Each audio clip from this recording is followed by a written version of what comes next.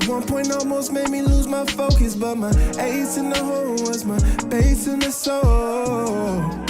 Then I wrote back into you. Grateful that you. What's good, everybody? Welcome to the L.U.V podcast. You have your host here, L.U.V Jones. And it's your boy Drake. And today, we got a very special guest, a returning guest. We got nobody other than Pat Cole. What's up, man? How y'all? You doing good, bro? It's good to have you on, bro. It's good to have you on in person. In person. Yeah. The first time it was over the Zoom. Right. COVID. I actually heard on the radio today they just lifted the state of emergency with COVID. Okay. Okay, that's great. Okay, so you know. I didn't know that at all. That's good to hear. Yeah. So we post COVID, so in person seemed a little bit more fitting. Yeah, for sure. Last time you came in here, man, we had some. Well, last time we had the podcast, bro, we had some memorable moments, man. Yeah. It was great content.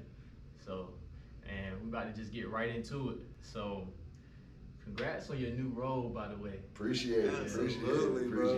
I'm seeing it all across Instagram. People pages who ain't even know, like. That's huge, man. Yeah, man. It was a blessing. Like I really didn't know what I was going to do. It's crazy how it happened. Yeah, so crazy. It was like a Wednesday. I remember exactly. It was a Wednesday. At the time, I was subbing at Valley Elementary. Okay. And we were out at recess, and I was dealing with EC kids. I was in an EC classroom. Okay. Nonverbal. So the kids were, obviously they can't. Yeah. They communicate in different ways.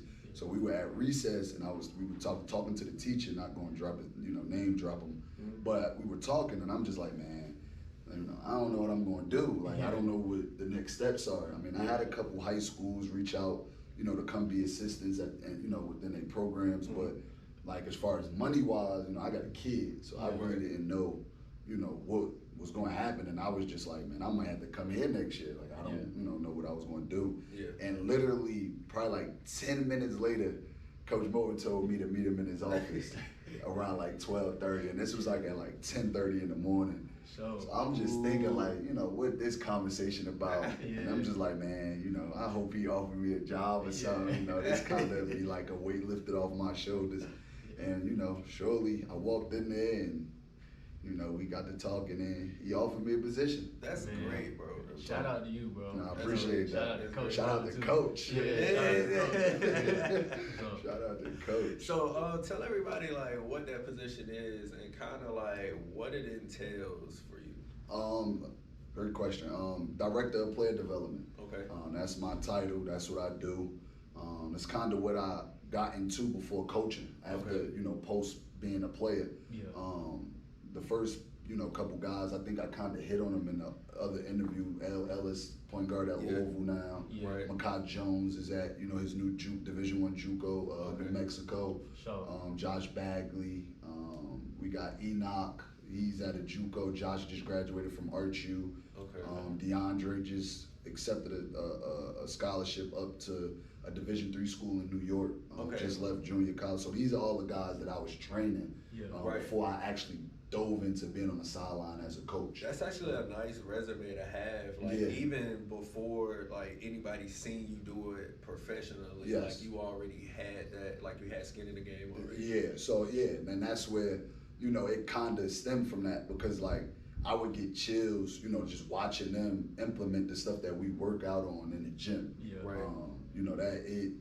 It just drove like, it smile ear to ear, you chills and you like, man, we just worked on that move. Oh, that's fine. So it's just good to see the stuff that you work on, they implement it and it actually works when it's live defenders and, in-game situations.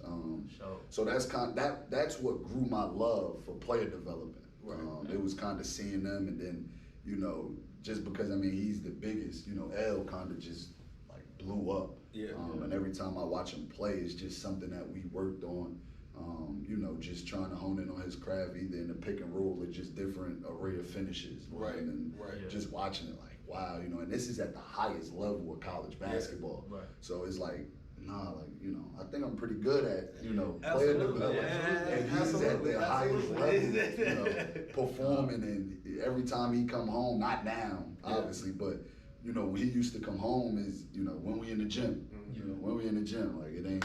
You know, he's been. You know, they always was loyal, all of them. You know, I just thank them for that. But that's kind of that's what the job entitles. It just player development. You know, now that I'm at Central, it kind of is the same thing. It's just what I was doing with them, and I just do with a set of guys that's at North Carolina Central. Got you. But again, I think now it was a growth period, and I think the growth period was understanding that, you know, it's not just about honing in on their craft on the court, but tapping into their mentals outside of it. Right.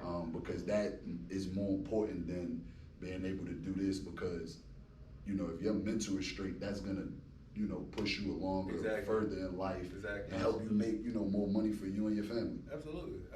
Like decision making is very important, and having a stable mental. That's what we talk about on the podcast a lot. Is just being able to hone in on the inside first, so you can be able to like compartmentalize your external. Exactly. A lot easier. Nah, for real. Because you break down the word player development, that's basketball. Development is not just basketball. That's everything. That's the whole. It's life. It's life. So. Yeah.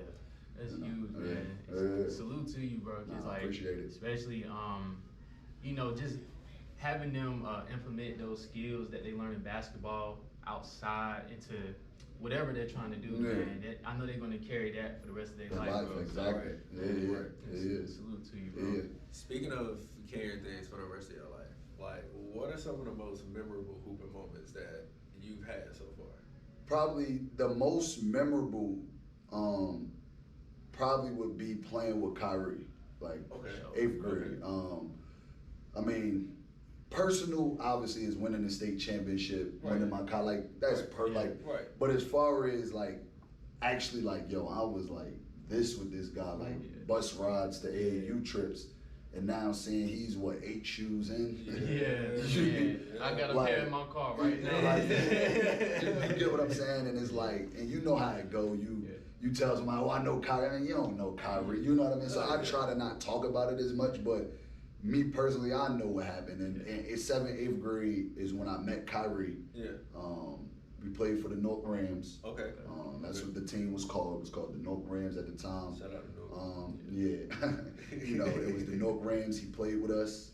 We played in a lot of local tournaments, and we did travel. The most memorable moment was probably Kyrie tearing up LeBron James' old AAU team for 30 points in 3 quarters. We lost by 20. Our team was terrible, but he had 30 in 3 quarters. It was like his pregame. It was weird because when I was younger, I wasn't that good. All I could do was shoot, and I was kind of heavier. The reason why I was on the team is because my older cousin had played with that AAU team since he was like younger. And the guy that ran it is a well-known guy, Coach B, well-known dude, know a bunch of pros, knew Kobe, Dwight, met all, like he coached all of them, met them, trained them, like he did a lot with a lot of pros and a lot of kids, period.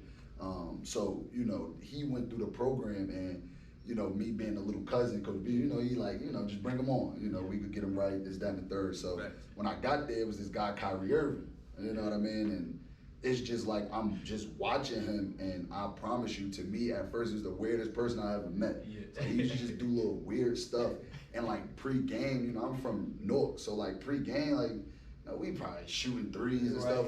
Like, nah, like his is like he's like a tactician. It's like first layup, inside hand, outside hand, inside hand, Mike and drill, form shooting, each side, form shot, step out. Like, this is pregame. Like, every single time. You doing that in 7th, 8th grade? 8th grade. Like, there's no exaggeration. Like, he, before the game, every time the horn went for us to bring it in, and that joint was reverse, Mike, here, bring it in. Every single game, I lie to you not. Like, it's just, and I say weird, but you talk about being a pro early. You know what I mean? And then to talk about, like, the amount of, like, skill that he has right now to the point to where, exactly, to the point where you can tell that the hours were put in. Oh, man. You can tell that the hours were put in for sure. You know, people say what they want about Kai, you know what I mean? again, my love for him is different because I actually know him. Right. You know what I mean? And I understand and know how much work he puts in to basketball and his craft. Yeah, And like really. it's mind blowing. Yeah. You know what I mean? It's mind blowing. Which that takes a lot of inner work too. Yeah. That takes a lot of inner work too. It Just do. to be able to dedicate yourself to everything to like, especially as a 7th, 8th grade, you're not doing the things that the other kids is doing. Man, I'm going to we about to play video games. What you talking about, Mike and drills? Who is George Michael? That's what I'm saying. Like I'm not doing that. Like, Kyle, man, like that. I will, man, go to my grave telling like that probably was the craziest. You know what I mean? And it's like through high school, you seen him do it. He was torturing people at Montclair, Kimberly. Yeah. Again, 30 and 3. Like the 30 and 3 quarters just was his staple. You know, he was Mr. 30 and 3 quarters. It just was normal for him. Like he would drop 30 and not play the fourth. It just was that. That's who it was. Like he was different, man. He still is, but it's, right. You know, that's probably the most memorable for sure. Yeah. It seems like that he always tried to play the game his way. Like, yeah, he's not budging. He's very arrogant, sure. but rightfully so. Like, I tell people, like it's not like a Kobe was arrogant, right? Yeah. But you know why? Like I put so much work in this. That type of you're gonna have that type of when you put that much work in. For sure. It's like you exuberate that type of energy. Yeah, you gotta carry yourself. You gotta carry yourself that way, because if not, then what? You're just gonna have. I mean, people trying you ain't a thing, but you know what I'm saying. Like you gotta just put your foot in the ground. Yeah. Tell people like I'm good at this. Good at this. Is what I do. Yeah. About 6 years ago, we played in the Pro-Am Championship, and he was the special guest on our team. And C.J. Miles, he had brought C.J. Miles to play. Y'all remember left-hand shooter, 6'7", 6'8". Man, he was in there shooting the ball from half court, knocking it down. I'm like, this is crazy as hell. But Kyle literally walked in the gym. We dapped up. We're shooting, and he just looks over like, you know, you can't shoot better than me, right? That's crazy. Like that's him. Like he tells you like you're not better than me. Like you just there's nothing you can do to stop me. I shoot better than you. I do everything better than you. Like that's him. Like he just that confident in himself that like nobody like. I mean, I know y'all saw the video with Kobe. Like I was just about to say that's probably like, my favorite video. How he was talking to Kobe. Like, and, you know, me being a Kobe fan, I was just like at the time, I'm like, man, Kyrie, like, come on now. And talking him down too. Like, what? Let's go. Bro, that's him, and it's crazy, but you know, he a great dude, man. Shout out Kyrie, bro. Shout out Kyrie. Big shout out Kyrie, man. Right. Because, bro, I can't even imagine seeing him in 7th, 8th grade just torching them kids, Yo, bro. his favorite move he used to rip, like he used to drive baseline. Yeah. And then he'd hit him with the half, like you remember when Jordan half spin back and dunk, like he used to kill kids with that. Like he used to drop baseline, spin like he going back and just back, reverse, left hand leg, float. He used to torture people with that. That's ridiculous. I can't imagine just guarding that, bro. Like, how do you guard that? I mean, I'm like, I don't know. He ambidextrous. His left hand, his right hand is like you know, to eat whichever leg he want to go. Like, is God bless? Like, man, listen, I don't. God given talent. That's work. God given talent and work. Yeah, for sure. To be honest, that's where I'm at now, right? Like, I get the question a lot about, you know, to just piggyback off that about, you know, your son gonna play basketball. Like, I don't know, and I don't care. My son's gonna be financial literate. Right, exactly. Right? Like my son's gonna know how to respect women. Yes. Right? Like he's gonna know how to respect authority. Yeah. Right? And he's gonna know how to treat elders. Yeah. Right? Like those are lessons that you wanna, man, like the rest of that stuff is cool, right? He played ball, he nice, he sub, whatever it is. I don't care. Yeah. But the stuff that I didn't have when I was younger, I'm gonna make sure he has. And again, like I don't wanna go too much into it. Yeah. But again, the give back is gonna be about that as well. Some of this stuff that like I wish I would have had growing up. Yeah. Like the biggest to me is being financial literate. Like that has to be the biggest thing in the black community.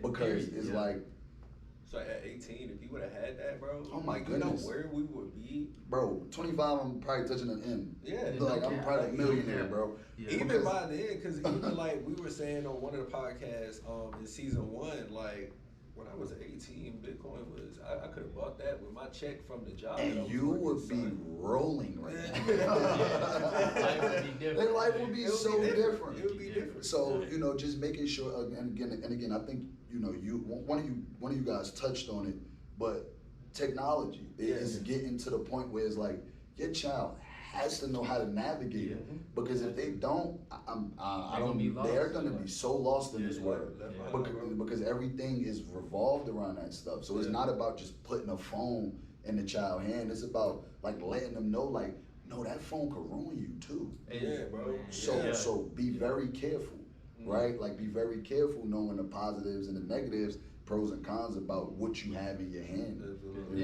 This could change your life for better Or worse. Yeah. Absolutely. And it could get real bad, or Or it can get real good. Absolutely. So, you know, those lessons and things, man, it's just, again, that give back is coming, and like I said, you know, that's just the things that I'm, you know, gonna be implementing with my child as well. Right.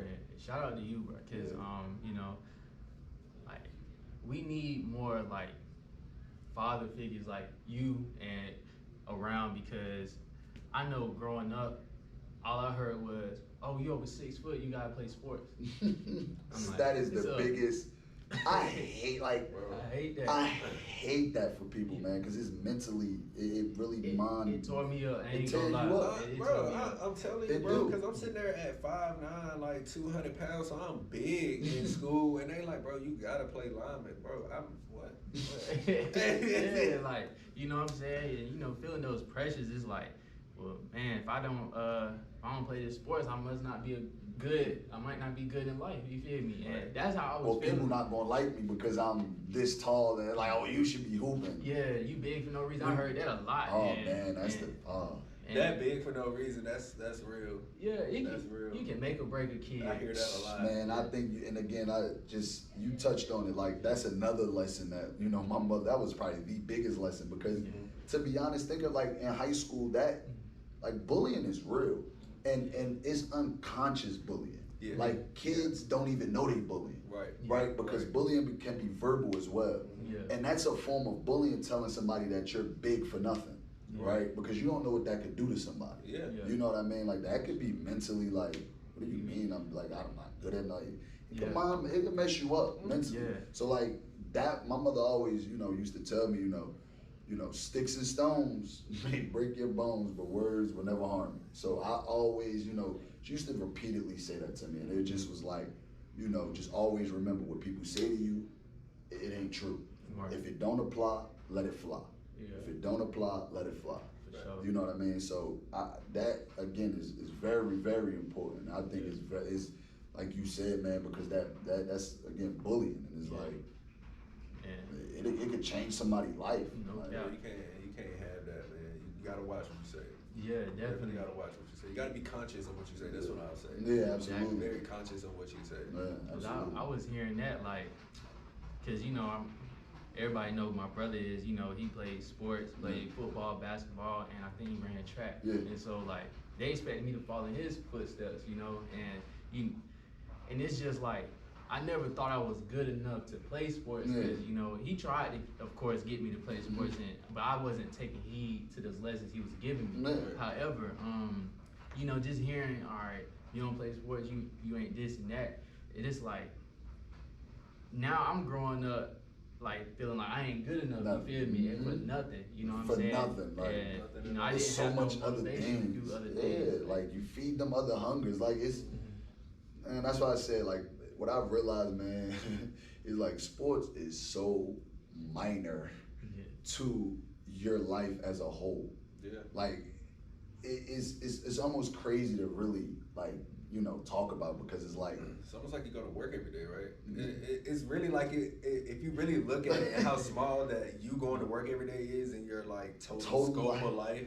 That's kind of how sports is. You still got other things around that you gotta have a foundation with. Absolutely, because it's like that's what I found now. And it's like it's so many hungers and there's so many things missing that I wish I would have tapped into, but I was pushing them off for basketball when I should have been feeding them. I was missing weddings and monumental things that you just can't time travel back to go be in and do for basketball. Like, nah, you know what I mean? Like, it's not worth it at the end of the day. You know what I mean? Like, if you're good enough, if you're talented enough, if you're better than the next man, you will be, right? You will be there. And I'm just a firm believer in that. But that family stuff, being there for your family, being there for your friend, like that stuff to me now that I understand is way more important. You know what I mean? Than dribbling the basketball, or, you know, pushing that to the side to go shoot a hoop. You know what I mean? You gotta understand, like, you can't push people to follow footsteps. That's why I said I don't care if my son play ball. Like, I don't want him to follow my way. I want him to follow his own. I want him to create his own path. You know, he might be the best musician ever. Like, man, I don't know. You know what I mean? But that's what he want to do. We gonna do it at 100%. You know what I mean? Absolutely. And you gonna make sure. And that's what you teach him. Whatever you do, you do it at 100%. Yeah, exactly. Or you don't do it at all. Or you don't do it at all. Right. So Absolutely. that's all it is. Man, and speaking of that, like, you know, do you think that a lot of black men need therapy, or what's your thoughts about that? That's a good one, because that's going around. I just actually seen a chick talking about that. She had like got fired or something because she was talking about that, like, black men and, you know, the black community need to go to therapy. Like, honestly, man, I think I don't have a therapist. I haven't one, right? I don't do therapy. Coach Moten, I know he talked about it in an interview, that he goes to therapy. And he encourages, you know, black men to go to therapy, or just people, you know, in general to go to therapy. So again, that's why I say, like, I'm gonna start therapy now that I'm in a better situation financially and things like that, to be able to go back and do that. Absolutely. And I'm gonna dive into it honestly, and hopefully that it you know, it works and helps for me. But as far as your question in our community, I think it's definitely needed. Because I'm gonna start. I'm definitely gonna start going to therapy. Because there's still some mental challenges that I have. Just trying to figure out myself. You know what I mean? Just like I told y'all, my life was revolved around basketball. It really wasn't trying to figure out who I was. I thought basketball was who I was, right? But now the ball not bouncing no more, so who are you? So that's what the challenge is that I'm trying to figure out. I know I'm a basketball coach, but that's what I do. That's not who I am. Right? So I'm just trying to figure out now, you know, exactly who I am, what I like to do, what I, you know, hobbies, things like that. And so, you know, again, I was told therapy helps with that. You know, try to figure that stuff out, and still try to work out some of them childhood traumas. I think, you know, in the black community, we go through so much between family, friends, losing friends, seeing death, seeing all type of nonsense, junkies in the hallway, needles, like it's like, listen, the list go on. You know what I mean? You see so much, and we really don't understand that seeing that stuff is not okay. No, it's not. Like, we think that it's cool to be like, to sit there and like, oh, that's normal. Just walk past and just look and keep going. That's not normal. It's not. And it's not normal to walk through life to think like, you know, that's just what it is. You know what I mean? And I think that's why I'm gonna go back to therapy, to try to touch on some of that, you know. For sure. Because I haven't went to therapy, and, you know, I feel like it's a lot of forms of therapy. Like, I feel like this is therapy. Me speaking my, you know, speaking what I went through, and also, you know, hearing your stories and being able to implement those things into my life. You know, I feel like that's part of therapy as well. And you know, but I would encourage that for myself at least, because I know hearing things like I was telling you, hearing things like that, it affected who I am as a person. And, you know, I still deal with some of those things. And, you know, it's not as prevalent as it was, but, like, you know, sometimes I might sit back and be like, man, if I'd have did this and that, like, you start trying to piece that puzzle. Like the way it should have been, you in your mind. I do the same thing, honestly. I know exactly what you mean. Like, that could also be very detrimental too, though.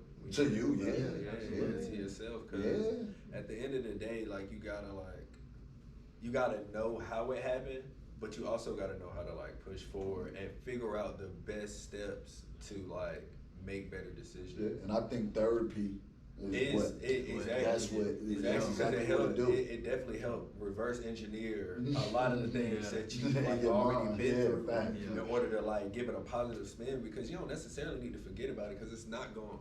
Therapy will not have you forget about anything that happened to you. That's not how therapy works. But it will help you have a more positive energy, like when it comes to dealing with those things and actually being able to push through and push faster. Yeah, I think my biggest thing is just wanting to figure it out for me so I can help others. Mm-hmm. Right? Because if you don't figure it out for you, it's gonna be hard to help others. Yeah. Like looking back, 28 years old, I'm the head coach of a national prep team, right? Right. Like, there's so many different things that I could have done differently, right? I'm young. First year, I'm, a head coach. Yeah. There's so many things that I replay in my mind that I could have done differently, you know what I mean? And to be honest, the bulk of it is interactions with the kids, right? Because I'm not that far removed from their age, so I think that a lot of the conversations probably could have been different. So, do you think you will be able to bring this back to the community, even though that you're in the position that you're in right now? What's important is giving back, right? So what you try to do is bring guys around that are able to carry the torch when you're not here, right? Like, Absolutely. If I'm going away, move, whatever. So you try to pass it on to hopefully they keep it going. And that's what happened, pretty much. I have people that was around me that probably try to keep it going if possible. Cool. But yeah, no, definitely, we definitely will. At least it's something like the idea is still in the works. Cause like I said, like that level of talent, we don't have anything here, but I see it everywhere else. Like, it's true. I see it everywhere else. And speaking of the open runs, I know that's something that you was doing prior to this job. Yeah. What was some other things you was doing in the community?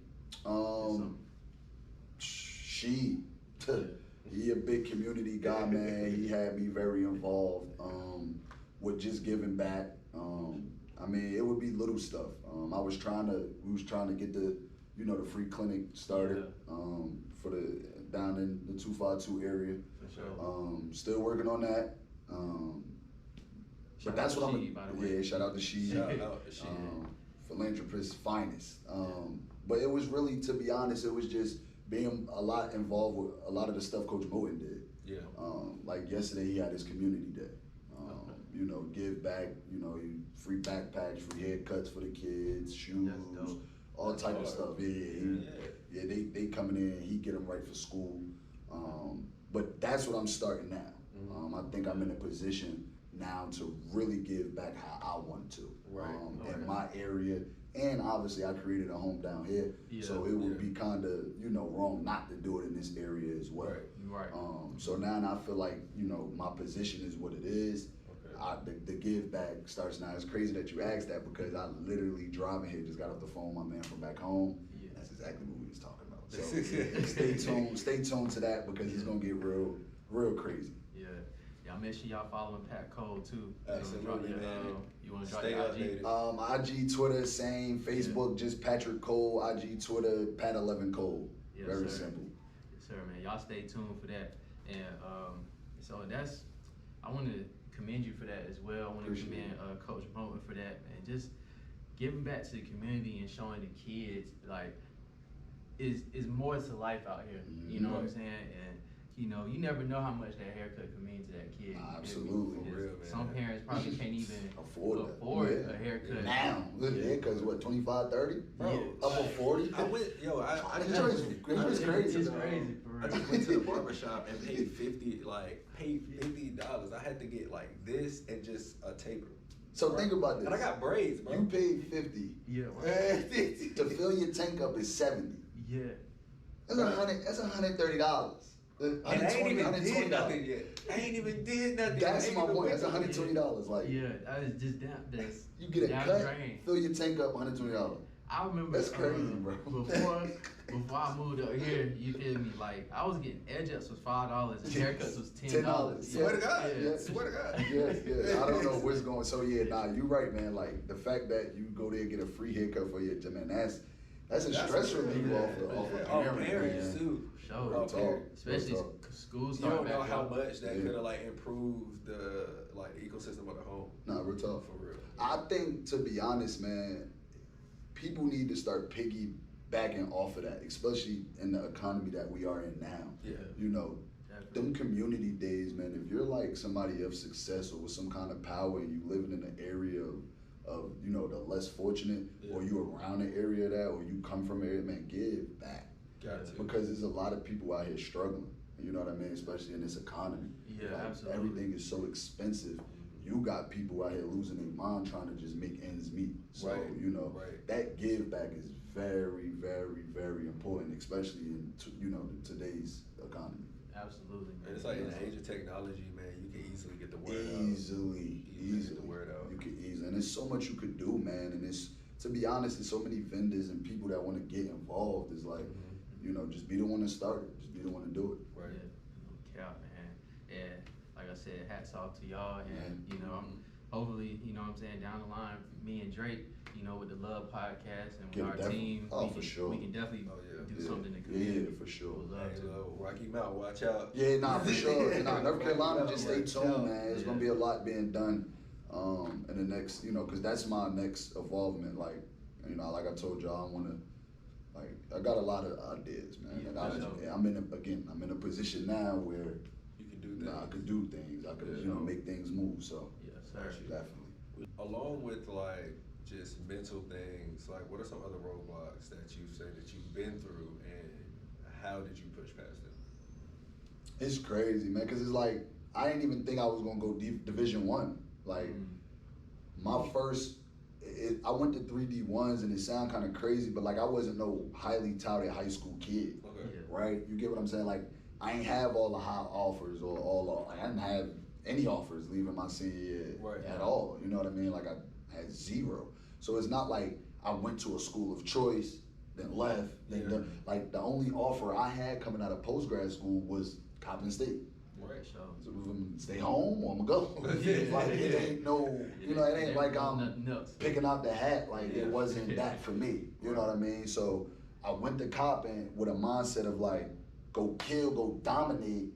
This might not where you want to, you know, you might not want to be here. You know, but you use it, give it your all, and get out of there. Go, you know, go higher. This, that, and third. So that's what I tried to do. You know, I you know, very first, you know, Division I game we played, USC had 25. My freshman year had a couple like 20-point games. Was on an all rookie MEAC team. So you know, I had a pretty good year. So you know what I did into that portal. You know, I did what I said I was going to do into the portal. Transferred to Siena. Went to Siena. When I went to Siena, you know, I was up there. I thought that was a good stop because I was going to go JUCO. I was going to go to Barton out in Kansas, but I didn't end up going there because it was junior college. And at the time, junior college wasn't, you know, popping how it is now. Nobody really knew the ins and outs, and it really worked. It's just like junior college. I don't do junior college. Go for a year. Just sit out a year. You know what I mean? So I went to Siena, sat out a year. That was probably the best shape, the best basketball that I was playing in my life. Like honestly, like I was, you know, one hand dunking. It was the best I've ever, you know, been. Then we started playing. There was again a lot of things that I should have done differently up there, but it didn't work out. You know, it didn't work out between the coach. Don't want to dive too much into it, but you know, shout out my man Jimmy Paxos, is my guy for life. I love him to death. But you know, he's just one crazy old dude. But you know, I ended up leaving there midway through my playing year, and that's how I ended up at Central. And, you know, the rest is history. But like I told y'all, like I wasn't highly touted coming out of high school. So like that grind was really more so like, where's the opportunity? Right? Where's the opportunity? I'm taking the opportunity. Right? It's and that making the most of the opportunity. And making the most of the opportunity. It was like, all right, this is my path, but what do I want for myself? Right? I want to make the tournament. I want that NCAA tournament field. Right? You know what I mean? Like, so I was always trying to position myself to get to that. You know what I mean? So it's like, you know, that's what, again, if a kid is watching and he going through the, you know, similar path, like, it's is prayer, man. Like honestly, you know, just believing in God. Right. No cap. And I think it's my mom. Like she does it to this day. Like she just, you know, she always sending me prayers every morning, 6, 7 a.m. And she would just always tell me, she just used to pray for me. Yeah. You know, to pray that everything worked out for me. You know what I mean? Even sometimes when I wasn't thinking about praying, you know, I knew she was there. So my support system was always there. Was always there. Yeah. Right? Whether it was 100 people or just one person, which was my mother. Right. Like my support system was kind of strong. Right. That's good. And that kind of kept me level-headed with everything. But yeah, man, I'm telling you, like, even out of seeing, like, I didn't know I was gonna go Division I. Like, I really didn't, bro. Like, I didn't. It was kind of like a, you know, last kind of call type thing. So, you know, again, that was kind of the struggle with that. It was like, man, like you play your whole high school career, you know, with Division I aspirations, and you graduate walking the stage with nothing. So you kind of got to go to a post-grad school, and you know, you leaving there and still ain't got nothing. And then Coppin kind of came late, so I ended up signing like May, and then ended up in summer school that like July 1st. Real talk. We barely had a month of like. But I didn't even take an official visit to no schools, no official visits. I was like, might as well come through. Nah, I just drove down to Coppin and then just looked at it. Yeah, saw it, played for fame, and then he was like, "We like him, we assign him." For sure. That's how it went. Fair. Yeah, like I ain't take no offense, like bro, like, I wasn't. So let me ask you this: so what comes with an official visit versus like unofficial? The official is simple. Unofficial mean you pay. Official they pay. Okay. So official they just pay for everything: your travel, your hotel room. Got you. Your food. They pretty much just set it up. They set it up. They just set it up. Yeah, they wine and dine. Trying to get you to come there. That's all it is. It's just wine and dine. It's a bunch of wine. I feel it. Yeah. So, you know, that's just the biggest difference. You're just on your own dime on the unofficial, and you have a certain amount of official visits. So you only could take 5 through the course of your high school career. Oh, didn't know that. Yeah, you only can take 5 official. Yeah, I didn't know like that through your either. whole 4 years. Whole 4 years, you only can take 5. Can't do no more than 5. Y'all pay attention. You can't do no more than 5. Unofficials, unlimited. Okay. Because think about it, like officials is we pay. So the NCAA, the schools, they gotta like pay. Now you're paying for the athletes. So It's a unofficial little weird now. Yeah. So if your mother a millionaire and you want to keep visiting Duke every Wednesday, like you can do that. Not real talk. Like you could if Coach K and them, well, Coach Shia, if they not paying for it now, like you could go visit that joint as many times as you want. Sure. Yeah, it's unlimited. So that's the difference. Officials, you only get 5 of those. Unofficials is unlimited. Okay. Okay. Just going back to you playing overseas and everything and becoming a professional, what do you think, like, how important is networking whenever you're trying to take that next step? Networking is the most important thing. Never burning bridges is probably the biggest lesson my mother ever taught me. Right. No matter how someone treats you, you always show respect. Because you don't want, it's always about what someone is gonna say to someone else about you, right? And you want them to make sure that, you know, they saying, we had our whatever, but he a respectful kid, Right. You know, He stayed professional. He stayed professional, Right. That's what you need to and hear. that's what you want to be said about you at all times. So networking is very important, man. Like my life, we talked about it. It ain't been perfect, you know. I've been having my mess ups and you know but again, at the end of the day, I've never once stepped out of line with anybody. You know what I mean? To the extent of them, you know, Like saying burning a anything bridge, crazy, yeah. you know, crazy about me or you know, messing my career up. You know what I mean? So, you know, it's just that networking is probably the biggest thing you could do for yourself. Absolutely. Because a lot of this, like y'all know, it ain't about, you know, what you, it's about who you know. Yeah, Right. exactly. It's about what you know at all. So. And the biggest lesson in like what you were just saying is just being able to conduct yourself the right way in those situations. Because whether you're on the field, whether you're on the court, whether you're like anywhere, like in the office, at work, or even at home, like you got to be able to know how to react to certain things to where you don't like mess up anything. Nah, absolutely. You know what I'm saying? Like for yourself or anybody else, because you just never know. No, absolutely. I mean, I think the biggest thing unless again you want to end up by yourself down the line, like if you don't want a family or kids and that. But I think the biggest thing you got to remember is like you're not doing it for yourself, right? Like sure. you doing it for the family that you want, for your wife, for your kid, like for your last name. Yeah, exactly. Like I think the more I live, the more I see people close to me pass and things happen and tragic accidents. Like the more I see is like life. When you say short, is short in the terms of like giving back. Yeah. The knowledge that you learned, making sure you passing that along. Because again, you don't know how long you have on this earth. So trying to live it for yourself is not, to me, ideal. Live it for legacy, live it for future, live it for things that's gonna live beyond you being here on this earth. Yeah, absolutely, man. That's huge. That's something That's that real, I've been trying to implement.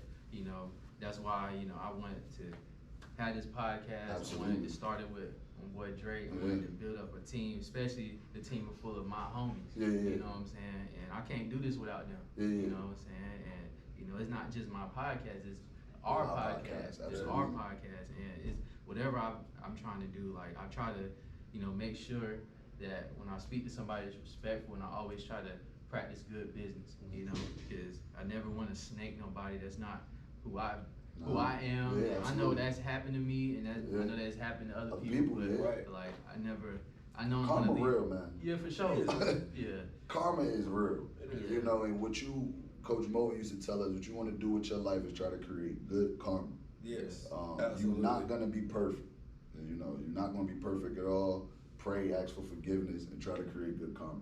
Everything else will take care of itself. Absolutely, man. Yeah. And speaking of, I know you had mentioned, your parents earlier, and I know last time we couldn't really touch on your upbringing, but like, how important was your parents in shaping who you are today? And I mean, probably the most important. I lived in a single parent home. Grew up just with my mom. My mom trying to fill them shoes, and my father not being there. My father was he was like my best friend. Yeah. But it was more, my mother was more that parent. My mother was a captain in the military. So you kind of know how my household was. Yes, ma'am, no, ma'am. No, she don't play that. You get popped. Yeah. You hit me with a no without that man behind it. You know what I mean? So, it was just always being respectful. My mother just was always telling me about, your relationships with people. You know what I mean? Communicating with them, making sure they, you telling them what you want and not just holding it in. Yeah, no matter the outcome or what happens, you know what I mean? Always making sure you asking questions. You know what I mean? Like my mother, it was very fundamental with her, man. It was more of just giving me, like, not telling me exactly what to do, but giving me those fundamental principles of like, there's no stupid question. Making sure you ask if you don't know something. She let you learn. There you go. Like she definitely let you learn. Yeah, for sure. Be able to pick yourself up when you do fall. There you go. Exactly. She's right there to help you. There you go. So Denise Cole, this is my mother. Shout out to you. Right. She was, again, like I tell you, just now I'm the man that I am. I see all those lessons. Yeah. That she was Every trying single to one. see every single one. of them. And every time something happened, like, damn, that's something. All the ones that you got tired of hearing. Real Every single talk. one of them, you see them. That's real talk. And we about to get straight into the Fast Five. So, like I said, last time, you was down to the wire. You know what I'm saying? She was down to the wire. But hopefully you can beat the shot clock this time. We're gonna see, man. We're gonna see. For sure. The questions be crazy, man. So you ready? Yeah, I'm ready. All right, let's get it. Who do you have winning it all in the NBA? I'm gonna go Clippers. Okay. Oh, that's tough. What has fatherhood taught you thus far? Patience. Facts. My goodness. What have you learned in basketball that you use in other areas of your life? Humility. Okay. As a coach, what are some traits that you look for in a player? Mental toughness. Fighting through adversity. I want to see when you ain't making no shots, what else you doing, how you affecting your team, and if you come out with the win or not. So, last question. With the top 5 albums or projects of all time? Oh my goodness. I'm going Blueprint. Okay. I'm going Kiss of Death. Facts. I'm going, oh my goodness, Wayne Carter 2. Yeah, yes, I'm sir. going I had 2 left. Yeah, That was 3, right? Yeah, I had 2 yeah, left. you had Blueprint, Kiss of Death, Kiss of Death, and Carter 2. Yeah. I'm gonna go. Man, Take Care. For sure, classic. My goodness, and oh man, that was the question. That comment, that last album. I just go with another Wayne one. I go to Carter 3. For sure. I'll go Carter 2. You can't go wrong with that. Yeah, Wayne my favorite rapper, so he gotta have the most in the top 5. I just had a poll on Twitter. I was like, yo, what y'all want, the Carter 3 or the Carter 2? Everybody picked the Carter 2. Me personally, I'm like picking the Carter 3? Yeah, Carter 3 is his best work to me. Yeah. I feel it. You can't go wrong with either one. You can't, bro. Front to back, front to back, pick a song. They were all on the radio. To be real, I feel like his bars was out of this world on Carter 2, but like as far as like hits and songs and like replay values, Carter 3 is like is on a different level. Yeah, I go with that top 5 though. I like it. That's a solid top 5. Yeah, So, and so, last question for you. What's next for you? Man, I don't even know, honestly. And what I'm gonna say about that, I'm starting to get away from that. Right. Thinking about what's next, because I overthink, right? And I don't want to plan too far ahead. I want to start living where I'm at, and just conquering where I'm at first. And I think that'll take care of what's next. For sure. But I do have goals. So my goal is to be a Division I head coach one day, and to work in the pros, NBA. I want to work in the NBA one day. Sure. Whether it's front office or sideline. But I just want to be up there, because I like, I like training, those professionals being on the court, being active with them. So, I would definitely want to know the ins and outs of, how I work up there. But, I just want to conquer where I'm at, conquer this role first, and then I think that'll take care of what's next. Absolutely. But stay tuned to the give back. I'm going to be hashtagging this give back until y'all start seeing these flyers pop up. For sure, man. We definitely gonna stay tuned, and you know what I'm saying, we definitely gonna shout out what you got going on. Yeah, and, appreciate it. Man, we definitely looking forward to the day where we gonna say head coach of NBA team or whatever team, the head coach, and we can't wait to see it. Nah, and I can't wait to see where this go to, man. This podcast, I will always come on. Y'all can have me anytime. I love the energy. I love it, the conversational tone of it. I just think you guys are doing tremendous. And like I told you, anything, I can help with, just let me know. For sure, man. We appreciate it. Nah, no problem. No problem. Man. Well, that's been another one, everybody. Remember, it's all love, and we're out.